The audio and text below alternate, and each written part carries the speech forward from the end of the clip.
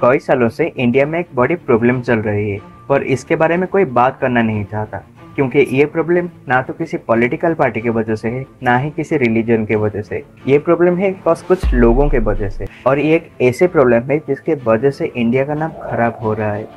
मैं किस प्रॉब्लम के बारे में बात कर रहा हूँ, ये प्रॉब्लम क्यों है और इसे कैसे निपटा जा सकता है, ये आपको अगले कुछ मिनट्स में समझ में आ जाएगा। आप अपनी फैमिली के साथ कहीं बाहर घूमने गए हो और अपना टाइम एंजॉय कर रहे हो। ऐसे में एक अनजान इंसान आपके पास आता है, आपको तंग करता है और अपने सोशल मीडिया कंटेंट के लिए आपके बिना परमिशन से आपको अपनी वीडियो में फिल्म करने लगता है। ऐसे में आप क्या करोगे? और अगर ऐसा कुछ फॉरेन कंट्री में हुआ तो रिसेंटली ऐसा ही एक वीडियो वायरल हुई थी, जहां कुछ फॉरेनर टूरिस्ट इंडिया में अपना टाइम एंजॉय कर रहे थे, और ऐसे में एक सोशल मीडिया क्रिएटर उनकी पर्सनल स्पेस में आता है और ऐसे हरकतें करता है। क्लियरली ये टूरिस्ट ऐसे हरकतों से परेशान है और कंफर्टेबल नहीं है, पर फिर भी ये क्रिएटर अपनी हरकतें बंद नहीं करता है।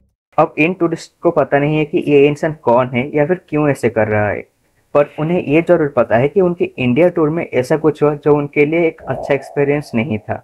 अब इस वीडियो को देखो।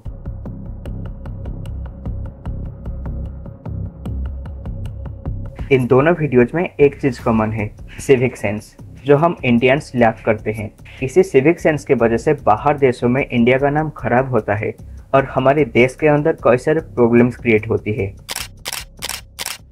सिविक सेंस दो वर्ड्स को मिलकर बना है और ये बहुत सारी एथिक्स को समझाता है जो हमें पब्लिक प्लेसेस में फॉलो करनी चाहिए, ताकि दूसरे लोगों को, पब्लिक प्रॉपर्टीज को या सोसाइटी को नुकसान ना हो। पर इंडिया में लोग पब्लिक प्रॉपर्टीज को ही सबसे ज्यादा नुकसान पहुंचाते हैं। अब लोग ऐसा क्यों करते हैं, इसका कोई एग्जैक्ट रीजन तो नहीं है, पर इसके पीछे कई सारे फैक्टर्स हैं, और इस वीडियो में मैं आपको उनमें से 3 मेजर फैक्टर्स के बारे में बताऊंगा। जब भी ऐसी कोई बात आती है, हम हमारे एजुकेशन सिस्टम को ब्लेम करते हैं कि हमें ये स्कूल में सिखाया नहीं गया, जो कुछ हद तक सही भी है, क्योंकि आपकी अपब्रिंगिंग और आपको बचपन में जो सिखाया जाता है वो आपकी सबकॉन्शियस माइंड में रह जाता है और आपके बिहेवियर में रिफ्लेक्ट होता है। तो फिर क्या हमारे लोगों की सिविक सेंस ना होना हमारी स्कूल्स की गलती है? इसको एक कंपैरिजन से समझते हैं। जब भी हम डिसिप्लिन, अच्छे बिहेवियर और पोलाइट के बारे में सोचते हैं, हमारे दिमाग में जापानीज की इमेज आती है, क्योंकि जापानीज बहुत डिसिप्लिन और पोलाइट होते हैं। इसके पीछे उनके स्कूल्स का एक बहुत बड़ा रोल होता है। इंडिया में बच्चों को पहली क्लास से चीजें याद रखने पे और अच्छे मार्क्स लाने पे फोकस करवाया जाता है और उनके मन में फ्यूचर का डर डाला जाता है। पर जापान में ऐसा नहीं होता है। जापान में बच्चों को पहले से ही डिसिप्लिन, दूसरों को रिस्पेक्ट देना, सोसाइटी और एनवायरनमेंट के लिए काम करना सिखाया जाता है। इवन जापान के कुछ स्कूल्स में साफ सफाई के लिए जैनिटर्स को भी नहीं रखा जाता है। स्कूल्स के बच्चे जो कचरे फैलाए होते हैं उनको उन्हीं से साफ करवाया जाता है। अब इसे आप गलत भी बोल सकते हो, पर जापानीज के लिए ये एक पॉजिटिव वे में काम करता है। ये सारी लर्निंग्स धीरे धीरे उनकी हैबिट बन जाती है, जिसकी वजह से जापानीज इतने डिसिप्लिन होते हैं। फॉर एग्जाम्पल 2022 के फीफा वर्ल्ड कप के बाद कुछ जापानीज फैन स्टेडियम साफ कर रहे थे। They cleaned up the stadium. It is a classy post-match tradition. और इंडिया में किसी मैच या कॉन्सर्ट के बाद हालत क्या होता है आपको अच्छे से पता है।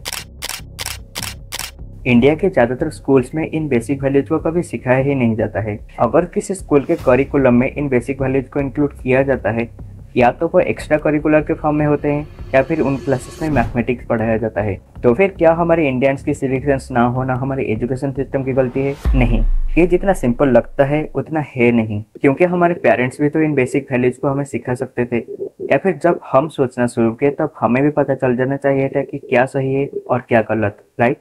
इंडिया में जितने भी लोग हैं जिनमें सिविक सेंस नहीं है, उन सबका एक सिमिलर माइंडसेट होता है। वो लोग सिर्फ अपना काम करते हैं और अपना फायदा देखते हैं, फिर चाहे एनवायरमेंट, पब्लिक प्रॉपर्टीज या दूसरों को नुकसान भी क्यों ना हो। वो लोग हमेशा कुछ ऐसा बोलते हैं, सिर्फ मेरे अकेले करने से क्या हो जाएगा, ये सब हमारे पैसे से ही तो बना है। अगर आप भी ऐसा सोचते हो तो फिर ये आपकी स्कूल, पेरेंट्स या फिर किसी और की गलती नहीं है, आपकी गलती है, आपके माइंडसेट की गलती है। Just think about it.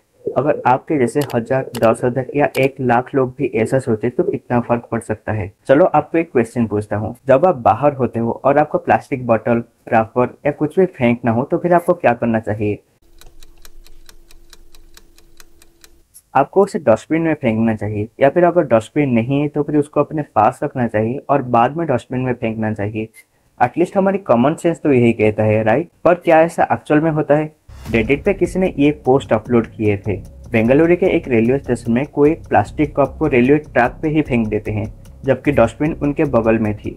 अगर आप ये सोच रहे हो कि इसको रेडिट पे पोस्ट ना करके उस इंसान को प्लास्टिक कप रेलवे ट्रैक पे फेंकने से रोकना चाहिए था, तो फिर ये वीडियो देखो। नहीं फेंकने का ना यार, ऐसा फेंकने का नहीं ना, डब्बे में डाल देने का ना, उतर के जेब में रख दो, उतरने के बाद डाल दो। ऐसा तो क्या हो गया, वो साफ सफाई करेगा ना, उसको अपन मेंटेनेंस देते हैं। अच्छा, फिर क्या, तो किधर भी फेंकते रहने का? मेंटेनेंस देते हैं अपन रोड का, देखेगा ही ना। प्रॉब्लम ये नहीं है कि लोग अनजाने में ऐसा करते हैं, बल्कि प्रॉब्लम ये है कि लोग जानबूझ के ऐसा करते हैं, चाहे वो खुद की इग्नोरेंस की वजह से हो, स्टुपिडिटी की वजह से हो, ईगो सेटिस्फाई करने के लिए हो, या फिर दूसरों को तकलीफ पहुंचाने के लिए हो। ये प्रॉब्लम इतनी बड़ी लेवल पे है कि आप इमेजिन भी नहीं कर सकते। 2021 में एक रिपोर्ट पब्लिश हुई थी, जिसके हिसाब से इंडियन रेलवेज हर साल 1200 करोड़ रुपए और बहुत सारा पानी खर्च करती है सिर्फ पान और गुटखे के स्टेन्स को साफ करने के लिए। इसके बावजूद हमारे ट्रेन और रेलवे स्टेशन की हालत आपको पता है। इंडिया में लोग इतने हैं और बहुत सारी चीजें इतनी अनऑर्गेनाइज तरीके से है कि ऐसे लोगों पे नजर रख पाना और सबसे फाइन कलेक्ट कर पाना पॉसिबल ही नहीं है। ऐसे ही हर साल ट्रैफिक एक्सीडेंट्स में इंडिया में 1.5 लाख से ज्यादा जाने जाती है, जिसमें ओवर स्पीडिंग सबसे बड़ा रीजन है। तो क्या ये हमारे लोगों की सिविक सेंस और कॉमन सेंस की कमी की वजह से नहीं है? ऐसा नहीं है कि इंडियन सिर्फ इंडिया में ऐसा करते हैं, जो इंडियंस बाहर कंट्रीज में रहते हैं वहाँ भी वो लोग सेम चीज फॉलो करते हैं। ये इतना ज्यादा फैल चुका है कि लोग इसको इंडियन कल्चर का एक पार्ट बोलना शुरू कर दिए हैं। इससे उन इंडिविजुअल्स का तो कुछ नहीं होता है, पर हमारे देश का नाम जरूर खराब होता है। जो लोग भी ऐसा करते हैं उन्हें इस बात की शर्म आनी चाहिए कि वो हमारे देश का नाम नीचे ला रहे हैं। इंडिया में लोग क्या कहेंगे और फैमिली का नाम खराब होने को लोग बहुत सीरियसली लेते हैं, पर आयरनी ये है कि जब यही लोग बाहर कचरे फैलाते हैं, ट्रैफिक रूल्स फॉलो नहीं करते हैं, पब्लिक प्रॉपर्टीज को डिस्ट्रॉय करते हैं या बाहर देशों में इंडिया का नाम खराब करते हैं, तब उन्हें इस बात की ख्याल नहीं आती। अब आपको लगता होगा कि अगर ये इतनी बड़ी प्रॉब्लम है तो फिर इसमें गवर्नमेंट कोई एक्शन क्यों नहीं लेती? इसका सिंपल जवाब है इग्नोरेंस और फैसिलिटीज की कमी। इंडिया में रूट लेवल पे इतने सारे प्रॉब्लम्स पड़े हैं जो अभी तक सॉल्व नहीं हो पा रहे, तो फिर कोई इन प्रॉब्लम्स पे कैसे फोकस कर सकता है? मैं आपको एक एग्जांपल देता हूँ। आप नोटिस किए होंगे कि पब्लिक प्लेसेस में जितने भी डस्टबिन्स होते हैं, वहाँ डस्टबिन्स के अंदर के कंपैरिजन में आसपास ज्यादा कचरे पड़े होते हैं। अब ऐसे 2 रीजंस की वजह से हो सकता है।